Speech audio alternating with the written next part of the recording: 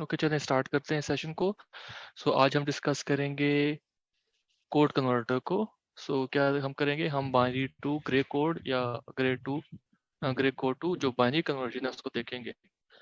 तो ये शुरू में थोड़ी सी थ्योरी है, इसको हम स्किप कर रहे हैं बिकॉज ये हमारे पास जो है हार्डवेयर बेस्ड, अगर आपने इसको इम्प्लीमेंट करना तो उसके लिए क्या क्या चाहिए था आपको। प्रोटोकोड चाहिए था, wire cutter, patch cords, voltmeters. लेकिन हम हमारे केस में हम तो ओबियसली इसको सिमुलेट कर रहे हैं एक जी 7 to 14, 7 लैब एक्सपेरिमेंट 7 to 14, 7 से 14 तक।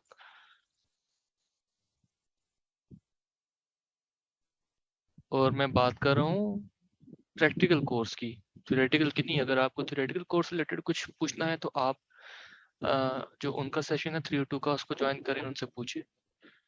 मैं आपको जो बता रहा हूँ, मैं आपको अपने प्रैक्टिकल कोर्स CS302P के सेमेस्टर क्विज 3 के बारे में बता रहा हूँ कि इसमें लैब एक्सपेरिमेंट्स 7 to 14 इंक्लूडेड है।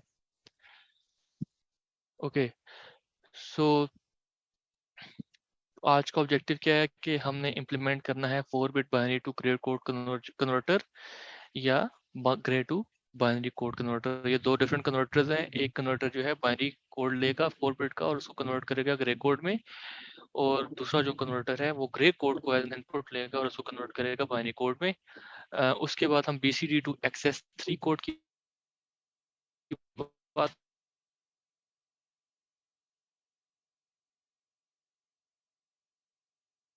करेंगे, और या XS3 टू BCD कोड की बात करेंगे। सो हम कोशिश करेंगे कि ये जो 4 टॉपिक्स हैं इनमें से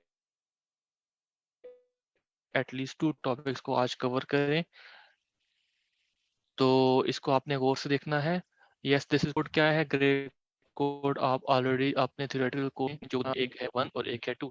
सो 1 और 2 की जो बाइनरी है उसकी अगर हम बाइनरी कन्वर्ट करते हैं तो दोनों की बाइनरी में नंबर ऑफ बिट्स का कितना डिफरेंस होगा, it will be differ by 1 bit only. ठीक है।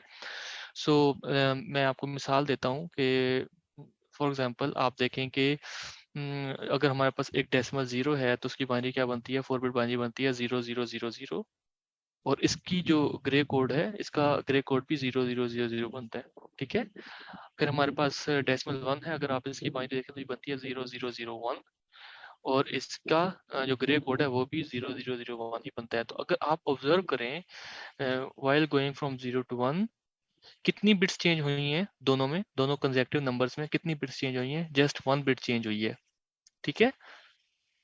यानी जो G0 बिट है ग्रे कोड में सिंपल वो चेंज हुई है, पहले ये 0 थी और अब ये 1 हो गई है। ठीक है। सो ये देखें सिर्फ ये बिट चेंज हुई है। उसके बाद 2 की बाइनरी अगर हम देखें तो 2 की बाइनरी क्या बनती है, 2 की बाइनरी बनती है 0010। ठीक है। लेकिन अगर हम इसको ग्रे कोड में भी 0010 लिखते हैं, लेट से मैं लिखता हूँ कि लेट से जी इसका जो इसका ग्रे कोड है 0010 है। तो मसला क्या होगा, अब यहाँ पे मसला ये हो रहा है कि 2 बिट्स चेंज हो रही हैं। ठीक है, प्रीवियस के मुकाबले में। यानी प्रीवियस क्या था, 0001 था, और ये हो गया 0010। अगर हम जो डेसिमल 2 है उसका ग्रे कोड 0010 रखते हैं तो कितनी बिट्स चेंज हो रही हैं, 2 बिट्स चेंज हो रही हैं। तो ये जो ग्रे कोड की कन्वर्जन है या जो ग्रे कोड का रूल है उसको वायलेट कर रहा है। देखें ये भी चेंज हो रही है बिट, और ये बिट भी चेंज हो रही है। सो हम 0010 नहीं रख सकते इस केस में। ठीक है। ग्रे कोड में हमेशा जो प्रीवियस जो आपका नंबर होता है उसकी बाइनरी जो नेक्स्ट नंबर है उसकी बाइनरी के दरमियान जो डिफरेंस सिंपल 1 बिट का होता है। सो हम क्या करते हैं, हम जो डेसिमल 2 है इसकी बाइनरी को हम क्या सेट करते हैं, 0011। ठीक है। अगर आप बाइनरी में देखें तो ये डेसिमल 3 की बाइनरी है, लेकिन ग्रे कोड में ये डेसिमल 2 की बाइनरी है। अब आप देखें इसमें कितनी बिट्स चेंज हो रही हैं, सिंपल 1 बिट चेंज हो रही है, G1। ठीक है। सो पहले G1 की वैल्यू थी 0, तो अब G1 की वैल्यू हो गई है 1।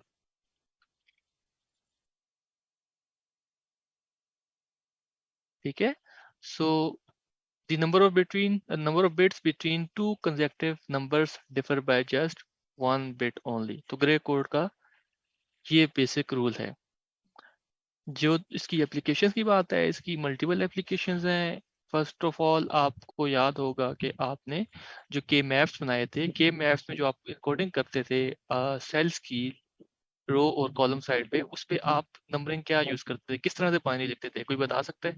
सबसे पहले जो फर्स्ट सेल है, लेट्स मैं कहता हूँ कि अगर एक 4 वेरिएबल के मैप है, तो उसमें अगर आपने 2 बाय 2 का एक टेबल बनाना है, तो उसमें रो साइड पे जो आपके पास जो फर्स्ट रो होती थी, उसमें आप बाइनरी वैल्यूज क्या लिखते थे सेल्स के लिए? जरा याद करें और उसको रिकॉल करें। So it would be 00, 01, 11 and 10। ठीक है। सो उस टाइम भी बहुत से स्टूडेंट्स ये फील करते होंगे, सोचते होंगे क्योंकि 01 के बाद तो 10 आता है, 11 क्यों लिखा है? सो बेसिकली वहां पे जो के मैप में जो इनकोडिंग होती है वो ग्रे कोड इनकोडिंग होती है। ठीक है। तो 00, 01, 11 एंड 10।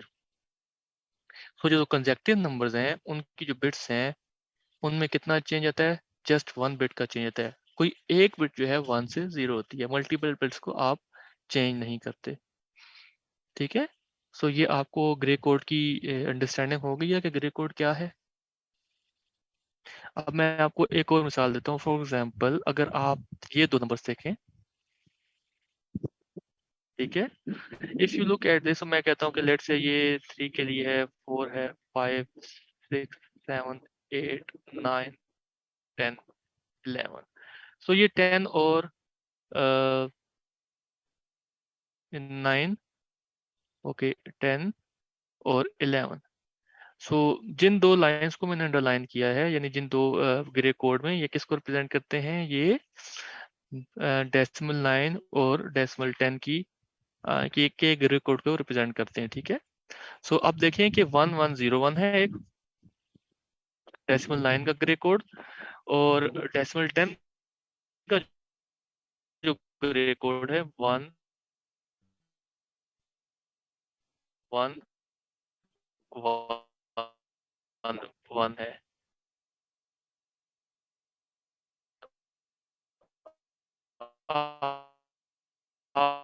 आप ये होना चाहिए। ठीक है, आपको ये टेबल याद करना होगा। ठीक है। अगर आप याद नहीं कर सकते तो फिर आपको डायग्राम का पता होना चाहिए। ठीक है। अगर डायग्राम का भी नहीं पता आपको, तो फिर दी लास्ट मेथड इज के आपके पास एक तरीकाकार है जिसमें आप एक्सक्लूसिव और ऑपरेशंस यूज करते हुए किसी भी बाइनरी नंबर को ग्रे कोड में कन्वर्ट करते हैं या किसी भी ग्रे कोड को बाइनरी में कन्वर्ट करते हैं। सो वो आपको आना चाहिए। तो चलें, हमारे पास जो हमारे फर्स्ट जो टॉपिक है इस एक्सपेरिमेंट का, कि हमने एक बाइनरी कोड को ग्रे कोड में कन्वर्ट करना है। ठीक है। तो इसके लिए हम एक बनाएंगे सर्किट। ठीक है। तो हमारे पास ये जो टेबल है ना, आपने इस टेबल को जहन में रखना है। ठीक है, कि ये हमारे पास फंक्शन टेबल है। सो हमारे पास ये 4 बिट वैल्यूज ये इनपुट होंगी, और जब हम सर्किट बनाएंगे तो सर्किट बनाने से पहले हमारे पास क्योंकि 4 आउटपुट्स हैं, तो हमें हर आउटपुट के लिए पहले के मैप डिराइव करना होगा। ठीक है। और फिर उस के मैप से हर इनपुट के लिए हम एक्सप्रेशन डिराइव करेंगे, और उस एक्सप्रेशन की बेस पे हम binary to gray code converter circuit बनाएंगे। ठीक है। और इस सर्किट की, क्योंकि ये 4 बिट है, तो उस सर्किट की 4 इनपुट्स होंगी और 4 आउटपुट्स होंगी।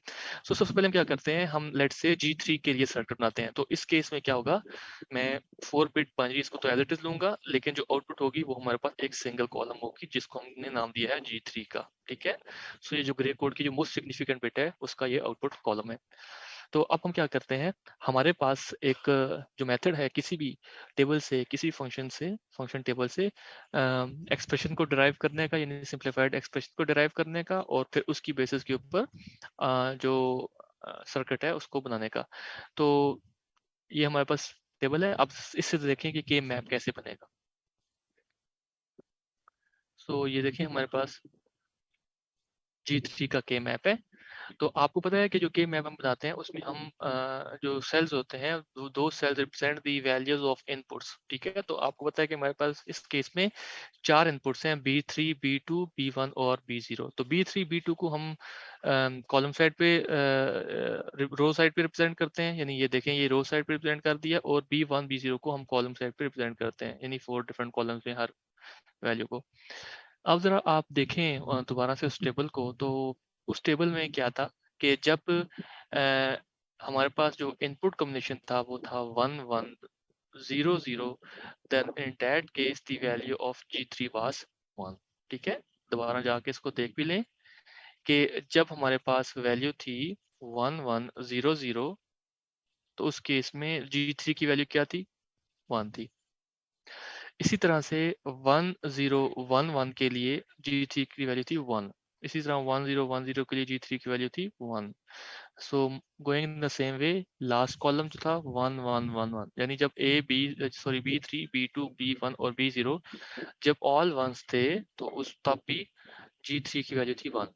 तो हमने क्या किया है कि जिस जिस के मैप के अंदर जिस जिस सेल के लिए ये इनपुट कॉम्बिनेशन है जिसमें G3 की वैल्यू 1 है, उस सेल में हमने 1 लिख दिया, ठीक है। सो ये देखें, आप जिस तरह मैंने बताया था कि 1 1 1 1 के लिए भी G3 की वैल्यू 1 है, तो हमने यहाँ पे 1 लिख दिया। 1 0 1 0 के लिए भी G3 की वैल्यू 1 थी, तो हमने यहाँ 1 लिख दिया, ठीक है। 1 0 0 1 के लिए G3 की वैल्यू 1 थी, तो हमने यहाँ 1 लिख दिया। तो ये मैपिंग कर लेंगे आप लोग, इसमें कोई किसी को कंफ्यूजन तो नहीं है?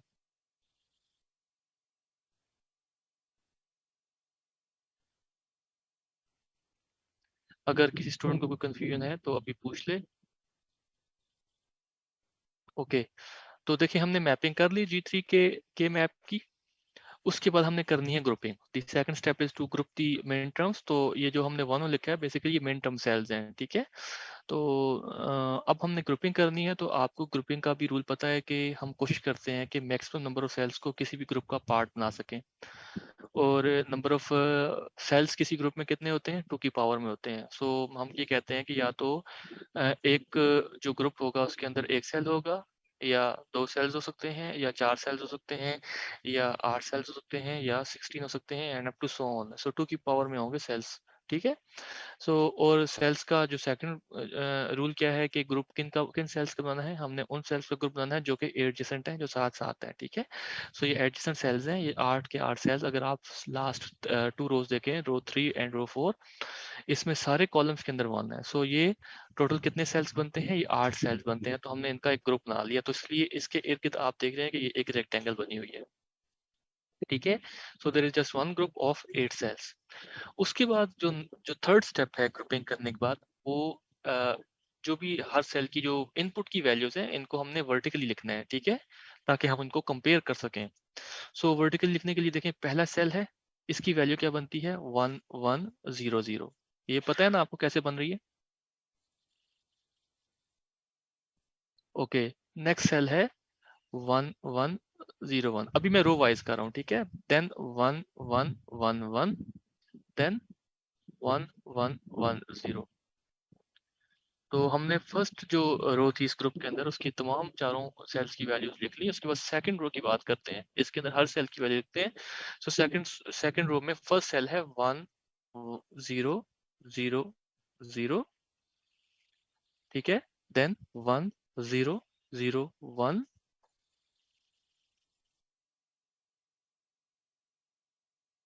ठीक है। Then 1 0 1 1, and finally 1 0 1 0। तो हमने वर्टिकल फॉर्म लिख दिया।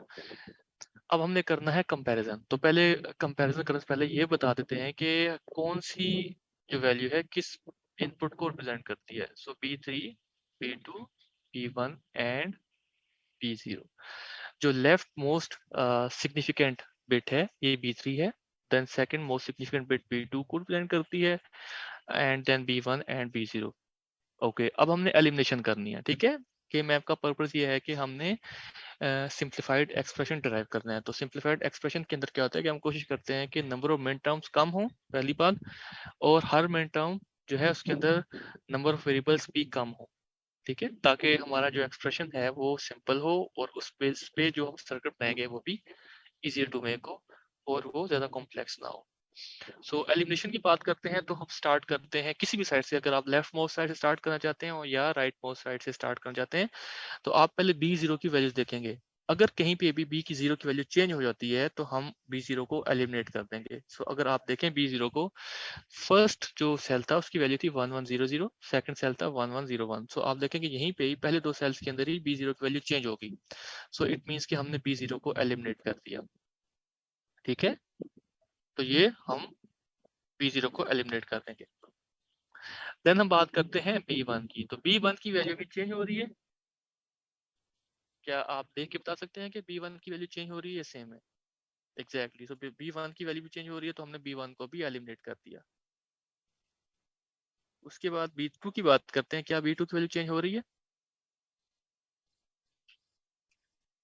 तो B2 की वैल्यू भी चेंज हो रही है। सो B2 को भी हमने एलिमिनेट कर लिया। सो फाइनली हमारे पास रह गया B3। B3 की वैल्यू 1 है। ठीक है, सही। सो कहीं पे भी इसकी वैल्यू चेंज नहीं हो रही। सो B3 हमारे पास रह जाएगा। ठीक है, ओके। अगर लेट से अगर ये B3 की वैल्यू सब जगह पे 0 होती तो हमारे पास जो वेरिएबल आता है उसको क्या लिखते? अगर जो B3 की वैल्यू है सब सेल्स के लिए 0 होती तो हम B कॉम्प्लीमेंट लिखते हैं। ठीक है, but in this case the value of B3 is 1। So that is why जो हमारे पास जो फर्स्ट हमारे पास आउटपुट है G3, क्योंकि हमने ये G3 का के मैप बनाया ना, तो G3 किसके बराबर है? G3 बराबर है B3 के। ठीक है, so B3 is our expression. Although इसके अंदर एक ही वेरिएबल है लेकिन इसको भी हम एक बूलियन एक्सप्रेशन ही कहेंगे। ठीक है, सो G3 is equal to B3। ठीक है, तो हमने G3 का बता दिया कि जब हम सर्किट बनाएंगे तो सर्किट में जो जो G3 होगा उसकी आउटपुट क्या होगी। ठीक है, ये टेबल क्लियर हो गया? समझ आ गया आपको?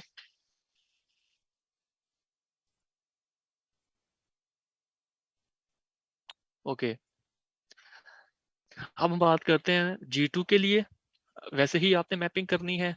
ठीक है, और यानी जो हमारे पास प्रीवियस टेबल था उस टेबल में जिस जिस इनपुट कॉम्बिनेशन के लिए G2 की वैल्यू 1 थी उस इनपुट कॉम्बिनेशन के अगेंस्ट जो सेल है उसके अंदर हम वहां लिख देंगे के मैप में। ठीक है, और अब क्योंकि वहां पे 8 ऐसे इनपुट कॉम्बिनेशन थे जिनके लिए G2 की वैल्यू थी 1। सो हमने 8 सेल्स के अंदर 1 1 लिख दिया और फिर हमने कर दी ग्रुपिंग।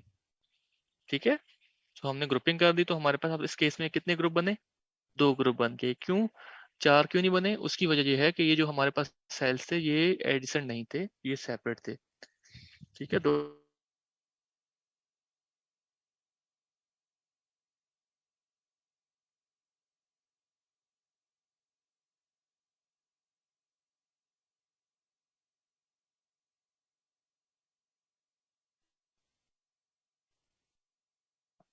बाकी स्टूडेंट्स को आवाज आ रही है?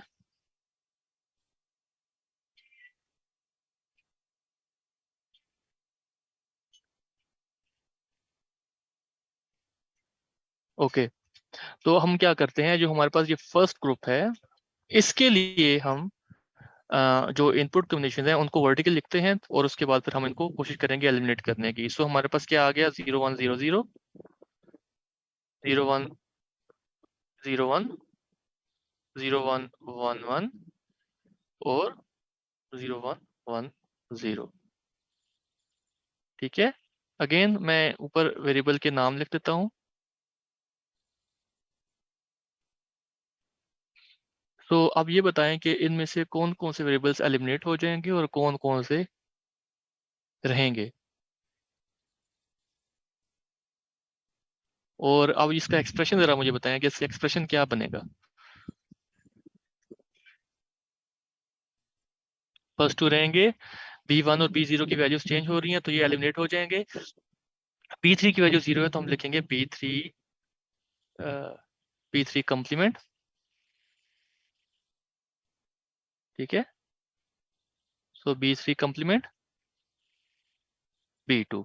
सो G2 किसके बराबर है? G2 is equal to B3 complement B2। लेकिन अभी एक हमारे पास ग्रुप रहता है। ठीक है, जो सेकंड ग्रुप है, अब जरा इसको देख लेते हैं। So if you look at the second group, और इसमें हमारे पास क्या वैल्यूज बनती हैं? 1 0 0 0 1 0 0 1 1 0 1 1 1 0 1 0। सो अब मुझे बताएं कि इस केस में, इस सिचुएशन में एक्सप्रेशन क्या आएगा। Very good Habiba.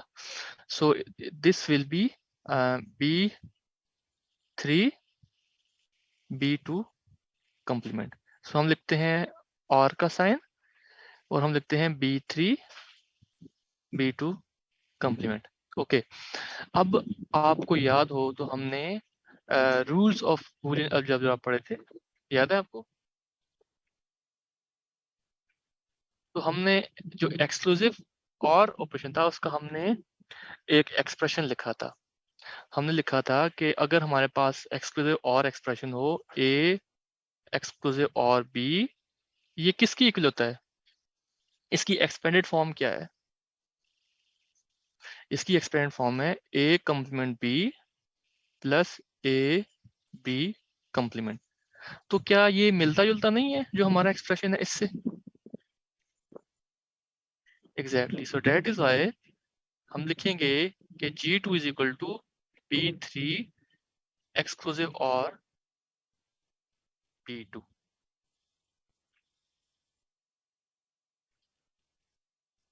ठीक है, क्लियर हो गया?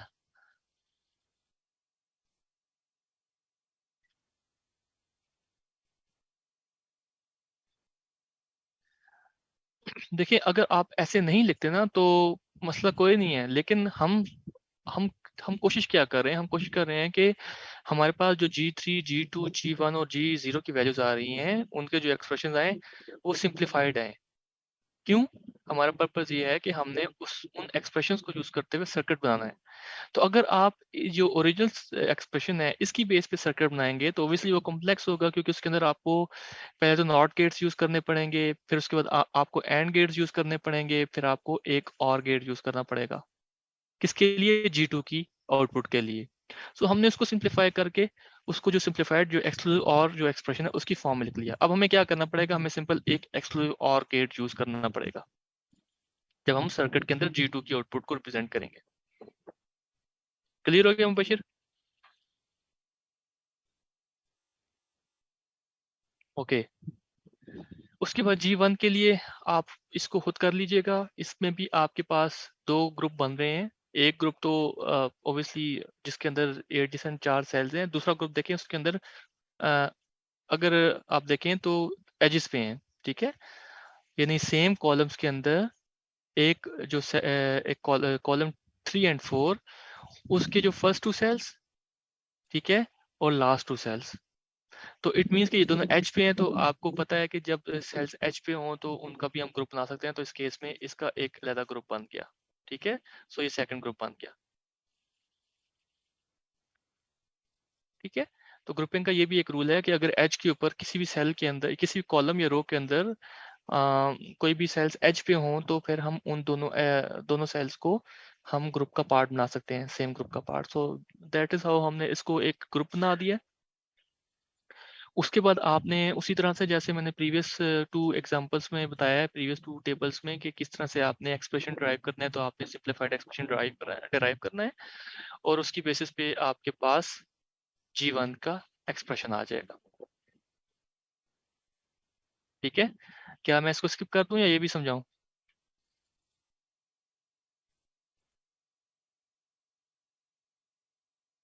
प्लीज जल्दी जी टाइप करके बताया करें। टाइम हमारे पास शॉर्ट होता है। आपको पता है कि ये जो एग्जांपल्स हैं थोड़ी सी ट्रिकी एग्जांपल्स हैं एंड दे टेक टाइम। तो ठीक है, मैं इसको स्किप कर रहा हूँ और फाइनली जो G0 है इसको भी मैं स्किप कर रहा हूँ, ठीक है? सो ये भी ऐसे ही है, इसके अंदर भी दो ग्रुप्स हैं, उसकी बेसिस के ऊपर आपने एक्सप्रेशन ड्राइव करना है। और अब हम क्या करेंगे? Now our last step is to create the circuit, ठीक है? सो ये हमारे पास सर्किट है, सॉरी सर्किट ऊपर है, सो ये सर्किट है। सो हमारे पास G3 किसकी इक्वल था? B3 के इक्वल था। सो हमने इन दोनों के दरमियान में, यानी B3 इनपुट और G3 आउटपुट के दरमियान में कोई भी गेट यूज नहीं किया, ठीक है? यानी जो B3 की वैल्यू होगी वही G3 की वैल्यू होगी। और ये हम देख भी सकते हैं, अगर आप टेबल देखें दोबारा से, तो आप देखें कि B3 की वैल्यू और G3 की value for first 8 columns, for first 8 rows value of B3 is 0, and it is same for G3. ठीक है, for next 8 rows the value of B3 is 1 and also the value of G3 is 1. so B3 और G3 same होंगे, इसलिए X जो हमारे पास जो circuit है, circuit के अंदर हमने कोई भी चेंज नहीं की।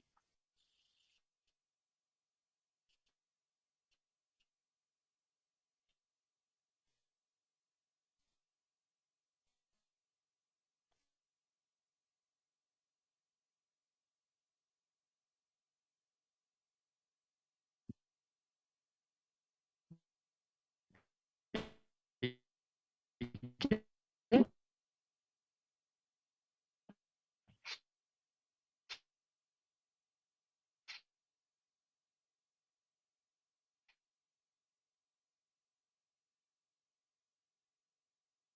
है? 1100 के लिए, ठीक है, 1101 के लिए, 1111 के लिए, 1110 के लिए, 1000 के लिए, 1001, 1011 एंड 1010। सो ये हमारे पास 8 कॉलम्स ऐसे थे, सॉरी 8 रोज ऐसी थी।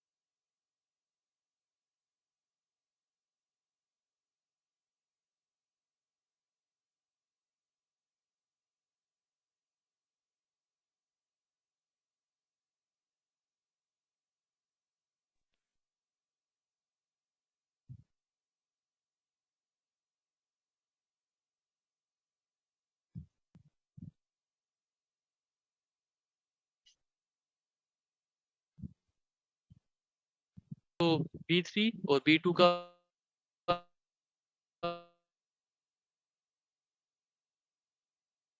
तो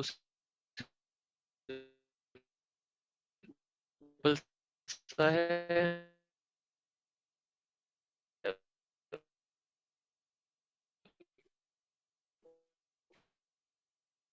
कि मैं P1 की तरफ बात करें तो डेट इज डिफरेंट। तो चले जरा इसको देखते हैं कि ये इसको हम कैसे सॉल्व करेंगे। तो अच्छा, इसमें एक चीज मैं आपसे पूछना चाहता हूँ कि ये 0 तो एलिमिनेट हो गया,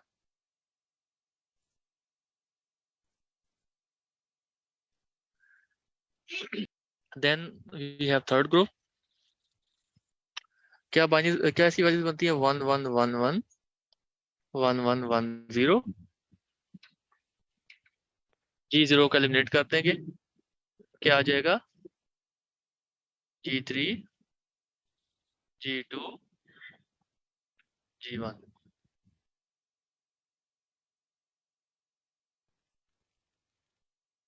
ठीक है, फिर लास्ट वन को देखें, 1000, 1001,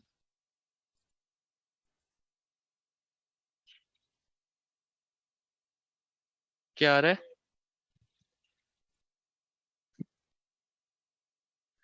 G3 complement, G sorry G3,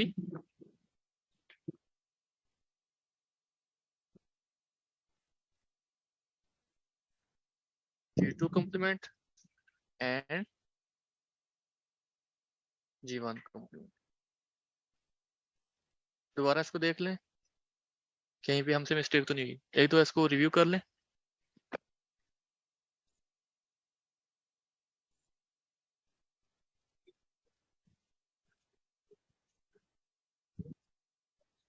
G3 G2 complement G1 complement.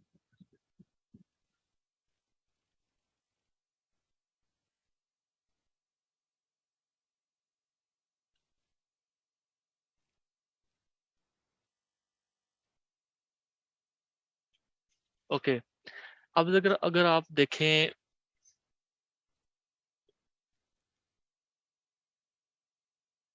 First to terms को, तो इसमें क्या कॉमन है? इसमें G3 कॉमन है, ब्रैकेट में क्या रह जाएगा?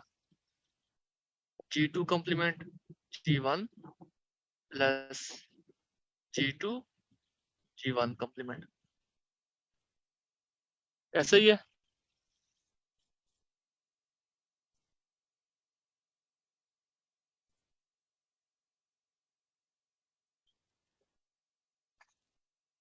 तो ये किसके इक्वल आ जाएगा?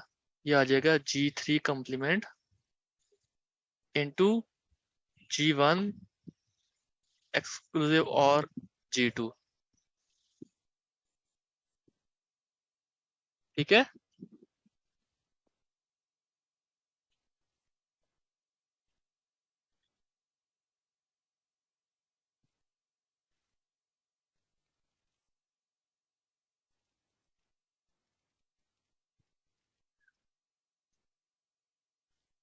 देन नेक्स्ट में देखें, G3 कॉमन लें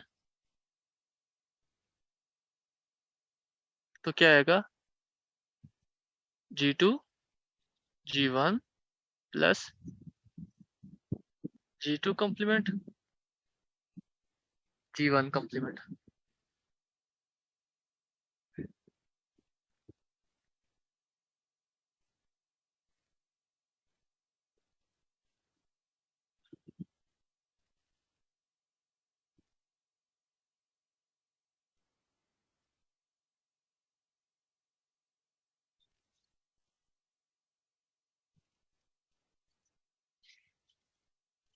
अब क्या होगा?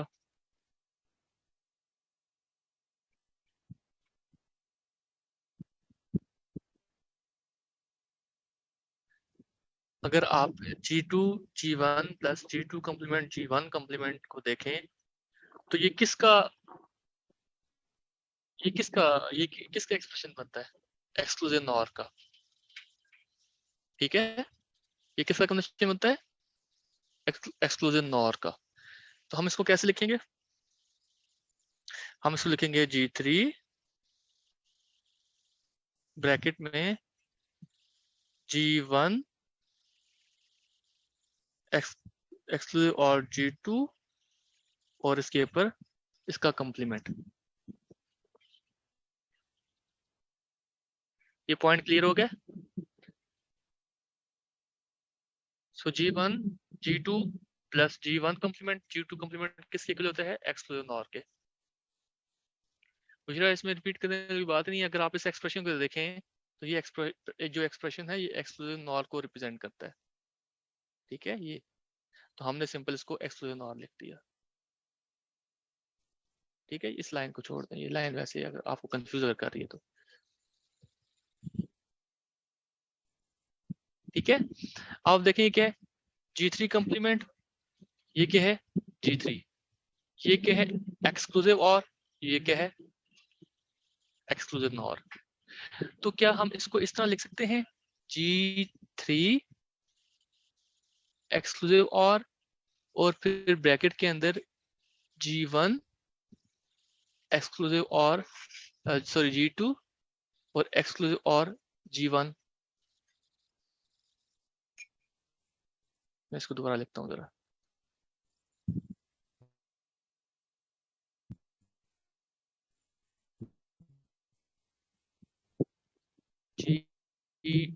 G1, ठीक है। सो लेट्स सी, मैं कहता हूँ ये A है, ये B है, ठीक है। देन ये A है, ये B है। तो ये क्या एक्सप्रेशन बन रहा है? A complement B plus AB complement.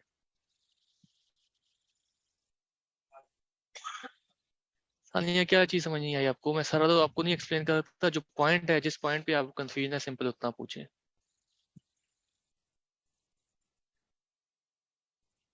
Hand raise करें, फिर मैं आपसे बात करता हूँ।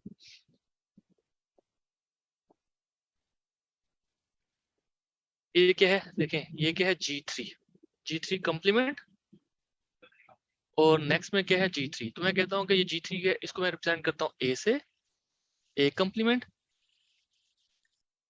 ए। जो सेकंड है देखें G1 एक्सक्लूसिव और G1 एक्सक्लूसिव और G2 और उसका कॉम्प्लीमेंट। तो मैं कहता हूँ कि ये जो G1 एक्सक्लूसिव और G2 इसको मैं कहता हूँ ये बी है, ठीक है। लेकिन जो सेकंड है, जो टर्म है उसके अंदर ये नॉर है, तो ऊपर कॉम्प्लीमेंट है। तो ये क्या बन गया, A complement B plus A B complement, जो किसके बराबर होता है, ए एक्सक्लूसिव और बी के, ठीक है। पर अब आपको पता है कि ए किसके बराबर था, हमने दोबारा से रिप्लेस कर दिया, ए बराबर था G3 के, ठीक है, क्योंकि हमने G3 को पहले रिप्लेस किया था ए के साथ, मतलब सेक ऑफ अंडरस्टैंडिंग को दोबारा हम उसको रिप्लेस कर रहे हैं। और बी किसके बराबर है, बी बराबर है G1 G2 के, तो हम लिखते हैं G1 एक्सक्लूसिव और G2। क्लियर हो गया, ओके।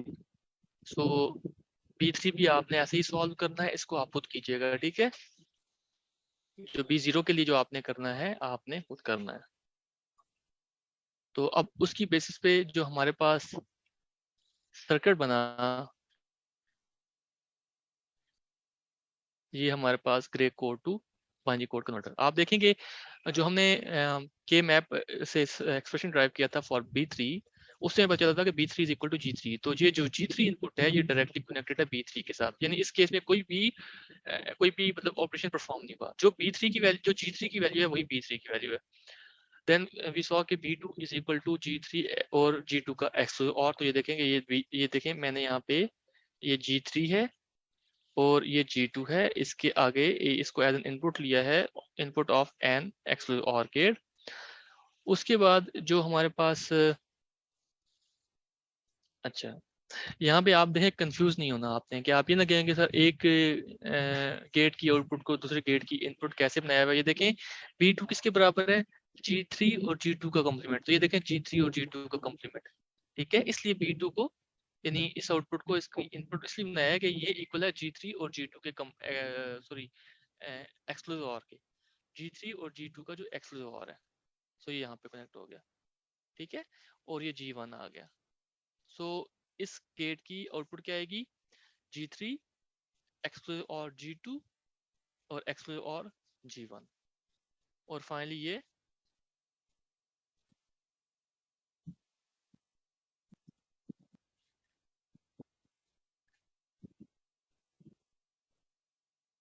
ठीक है। So there is another way of writing this expression. B2 किसके बराबर है, B2 बराबर हो गया B3 और एक्सक्लूसिव और G2। B1 किसके बराबर हो गया, B1 बराबर हो गया, B1 is equal to, B1 किसके बराबर है, B2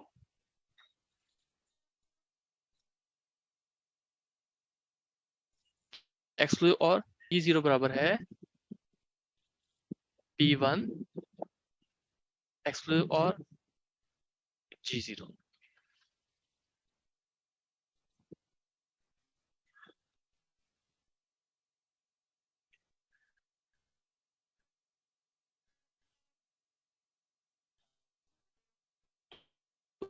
तो चलिए मैं अब आप आपको इसका एक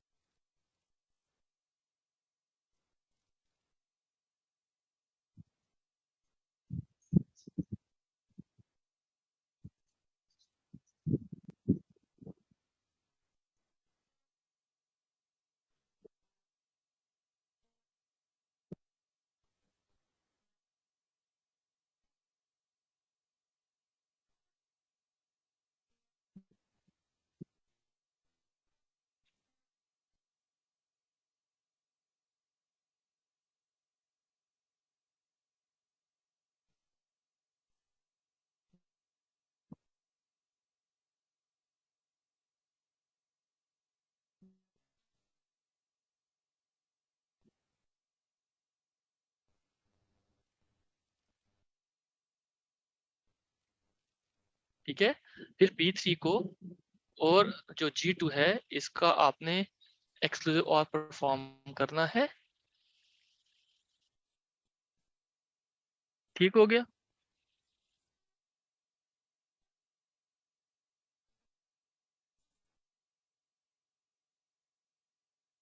ठीक है। फिर P2 का और G1 का आपने एक्सक्लूसिव और परफॉर्म करना है तो P1 आ जाएगा, और उसके बाद आपने P1 और G0 का एक्सक्लूसिव और ऑपरेशन परफॉर्म करना है। ठीक है।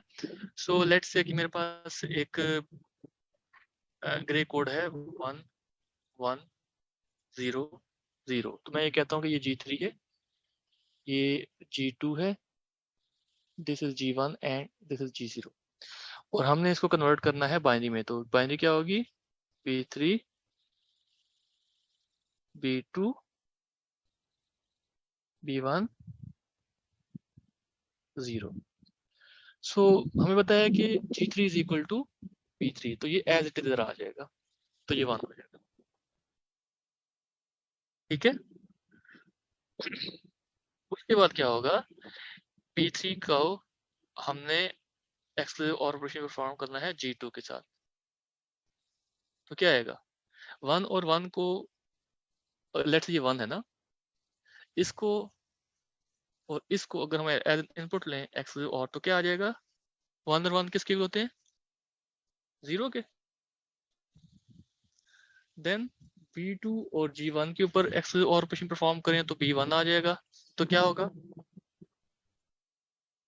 0, और फिर P1 और G0, तो क्या आएगा? 0। अब अगर टेबल में जाकर देखें कि अगर ग्रे कोड 1100 हो तो बाइनरी क्या आती है?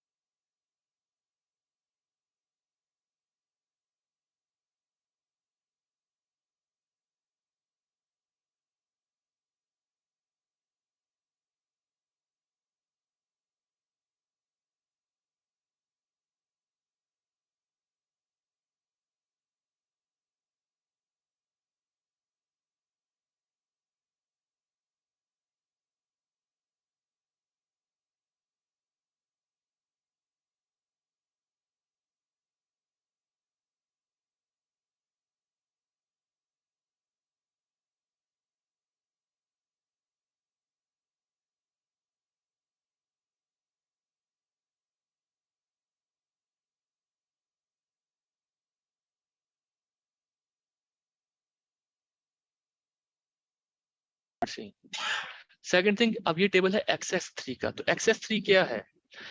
XS3 से मुराद ये है कि आप पर जो भी वैल्यू है, जो भी नंबर है, उसके अंदर आपने 3 ऐड करना है, यानी 3 ऐड करने से क्या मुराद है? 0011। ठीक है। 3 की बाइनरी क्या है? 4 बिट बाइनरी क्या है? 0011। ठीक है। ये हमने ऐड करना है, और ऐड करने के बाद बताना है उसकी बाइनरी बतानी है। सो फॉर एग्जांपल हमारे पास देखें ये 0 है, 0000 किसके बराबर है?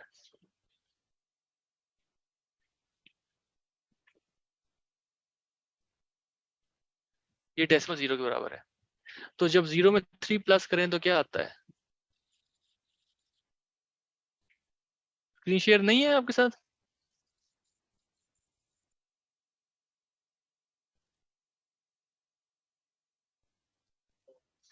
0 में 3 प्लस करें तो क्या आता है? 3 आता है। 3 की बाइनरी क्या है?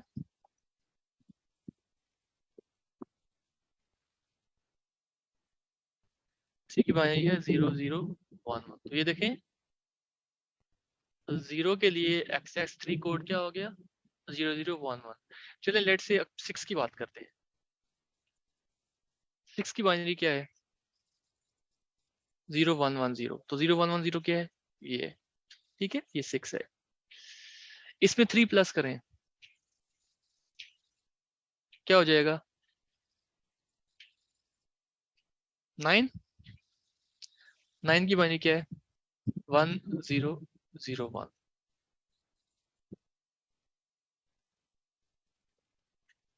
ठीक है। अब ये जो x x x x है, इसको जरा देखते हैं।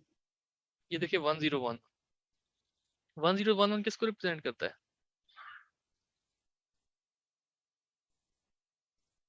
11 को।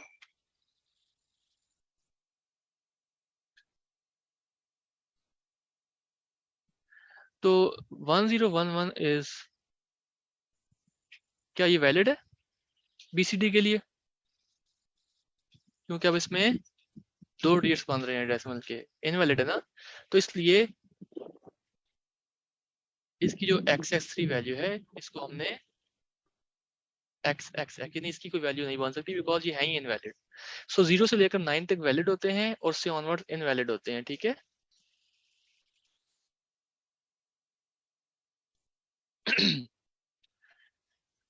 अच्छा, अब आपने क्या करना है? अब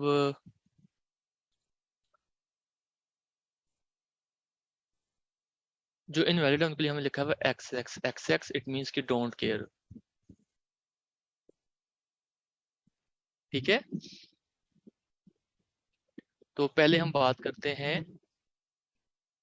हमने यहाँ पे इन्होंने B3 B2 B1 B0 लिखा हुआ है और आगे लिखा है G3 G2 G1 G0। तो आपने जो जो नोटेशन है उसकी, उससे घबराना नहीं है, ठीक है। यहाँ पे देखें, अगर E3 लिखें या G3 लिखें एक ही है, कोई फर्क नहीं पड़ता। तो टेबल के अंदर उन्होंने जहाँ पे G3 यूज किया हुआ है, डायग्राम के अंदर उसकी जगह पे E3 यूज किया हुआ है, ठीक है। टेबल में जहाँ पे G0 है वहाँ पे डायग्राम में E0 है। सो ये नोटेशंस के बारे में आप ना घबराएं, वो उससे कंफ्यूज होने की जरूरत नहीं है। सो हम बात करते हैं E3 की। सो E3 में, E3 के लिए जो हम टेबल बनाएंगे,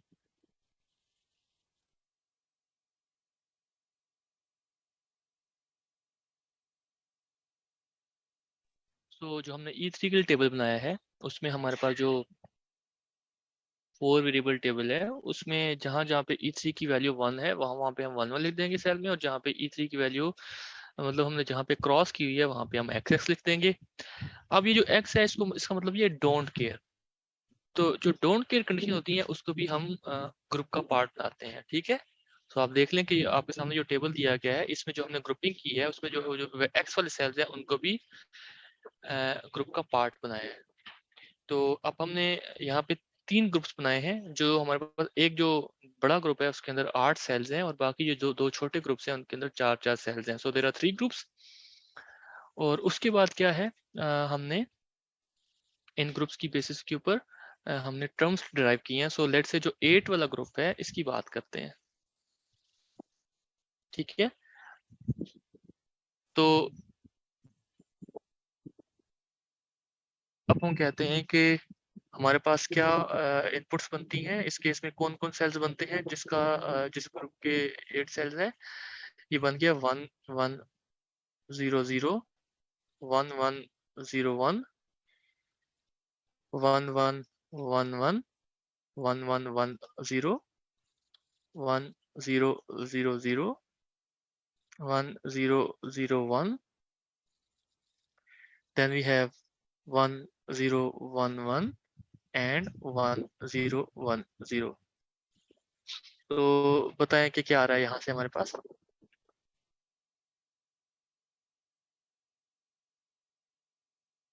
तो हमारे पास आ गया B3, ठीक है। अब अभी 2 ग्रुप्स और रहते हैं, तो ये जो ग्रुप है इसको जरा देखते हैं, ठीक है। तो इसमें क्या वैल्यूज बनती हैं? 0 1 1 1 sorry 0 1 0 1, then we have 0 1 1 1, then we have 1 1 0 1, and finally we have 1 1 1 1. So क्या वैल्यू बनती है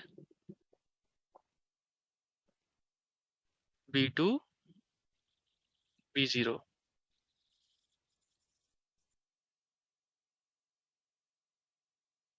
ठीक है। और जो हमारे पास लास्ट ग्रुप है इसकी क्या वैल्यूज बनती हैं 0 1 1 1 0 1 1 0 1 1 1 1 1 1 1 0। क्या वैल्यूज बनती हैं P2 P1। ओके, सो अब E3 किसके इक्वल है, P3 is equal to B3 plus जो सेकंड और थर्ड जो हमारे पास टर्म्स हैं इनके अंदर कुछ कॉमन निकल रहा है। Yes, B2 is common, so B2 को कॉमन ले लिया तो हमारे पास आ गया ब्रैकेट में B0 प्लस B1।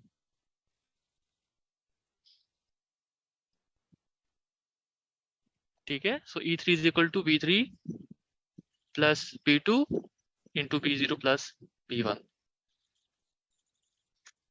इसी तरह से आपने E2 के लिए करना है, ठीक है, E1 के लिए करना है और E0 के लिए करना है।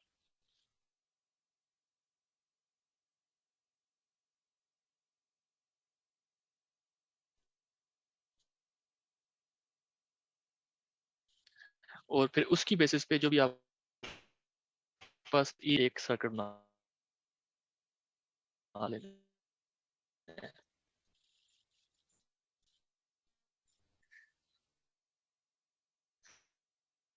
तो ये हो जाएगा।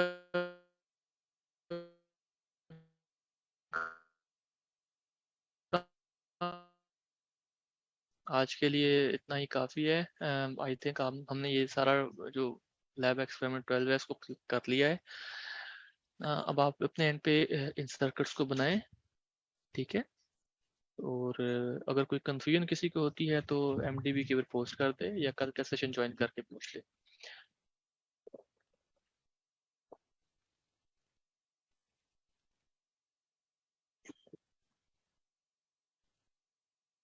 जी बुशरा, क्या क्वेश्चन है आपका? अस्सलाम वालेकुम सर। जी वालेकुम सलाम। सर इसका जो लैब क्विज हुआ था ना वो ऐसे ही आया हुआ था कन्वर्ट करने वाला, तब मुझे इतनी इसकी समझ नहीं थी तो मैंने ऐसे ही उसको दे दिया था। अगर मार्क्स कम आए तो कोई मसला तो नहीं होगा?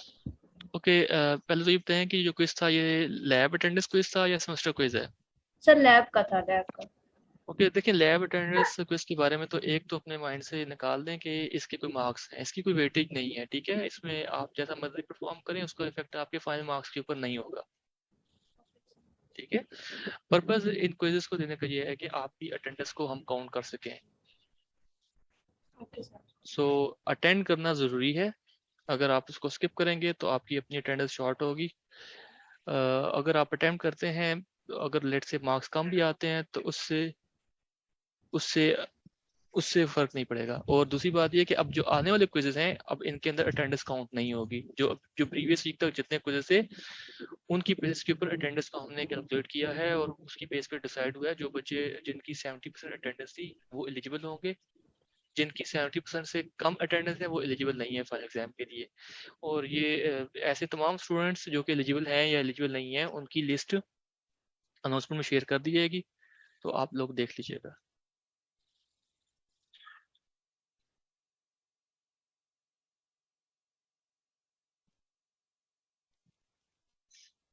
असद पहले आप मुझे ये बताएं कि आपने कितने क्विजेस अटेम्प्ट किए हैं।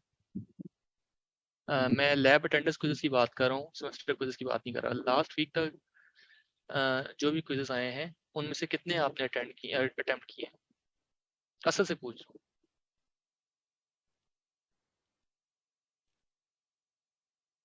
ओके, लेट्स से कि अगर आपके लास्ट वीक तक 10 क्विजेस थे, ठीक है, तो अगर आपने 10 में से मिनिमम 7 क्विज़ेस अटेम्प्ट किए हैं तो आप फिर फाइनल टर्म एग्ज़ाम के लिए एलिजिबल हैं। अगर आपने 6 अटेम्प्ट किए हैं फिर आप एलिजिबल नहीं हैं, क्योंकि उस केस में आपकी 60% अटेंडेंस है, आपकी अटेंडेंस शॉर्ट है।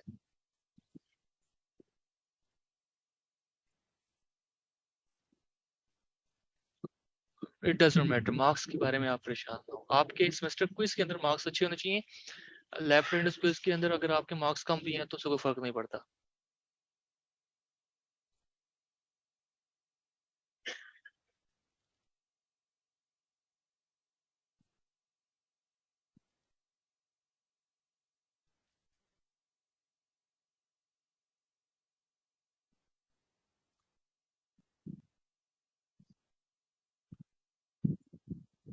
लैब 14, लैब 15 वो अब वीक वाइज चलेंगे आगे। इस वीक में हम सिंपल लैब 12 देखिए वाइवा नहीं होता, आपका प्रैक्टिकल पेपर होगा। इसमें आपको जो डिस्क्रिप्टिव क्वेश्चन आएंगे उनमें आपको आपके जो क्वेश्चन होंगे प्रैक्टिकल ओरिएंटेड क्वेश्चन होंगे, यानी जिसमें आपको ये कहा जाएगा कि ये फलां एक्सप्रेशन के लिए सर्किट बना दें, या लेट से जिस तरह ये आया है कि 3 बिट जो आपके पास है बाइनरी, उसके लिए ग्रे कोड कन्वर्टर का सर्किट बना दें। तो ऐसे क्वेश्चन आएंगे, यानी प्रैक्टिकल क्वेश्चन होंगे और उनको आप अटेम्प्ट कर सकेंगे इलेक्ट्रॉनिक्स वर्क बेंच के अंदर, यानी you will be allowed to use electronics work bench during your CS 302P final term exam.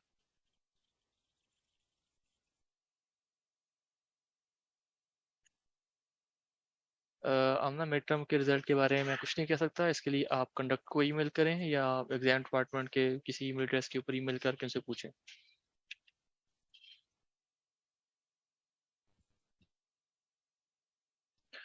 जो आपको जो प्रैक्टिकल कोर्स है आपका 302P, इसका जो फाइनल टर्म एग्जाम होगा इसमें आप इलेक्ट्रॉनिक्स बेंच यूज करते हुए सर्किट्स जनरेट करेंगे। अगर कोई स्टूडेंट जो है वर्ड के अंदर सर्किट बनाता है या पेंट के अंदर बनाता है तो फिर उसके हम मार्क्स नहीं देंगे, ठीक है। जब आपसे कहा गया है कि आपने इलेक्ट्रॉनिक्स वर्क बेंच यूज करना है तो आपने इलेक्ट्रॉनिक्स वर्क बेंच को ही यूज करके सर्किट बनाने हैं।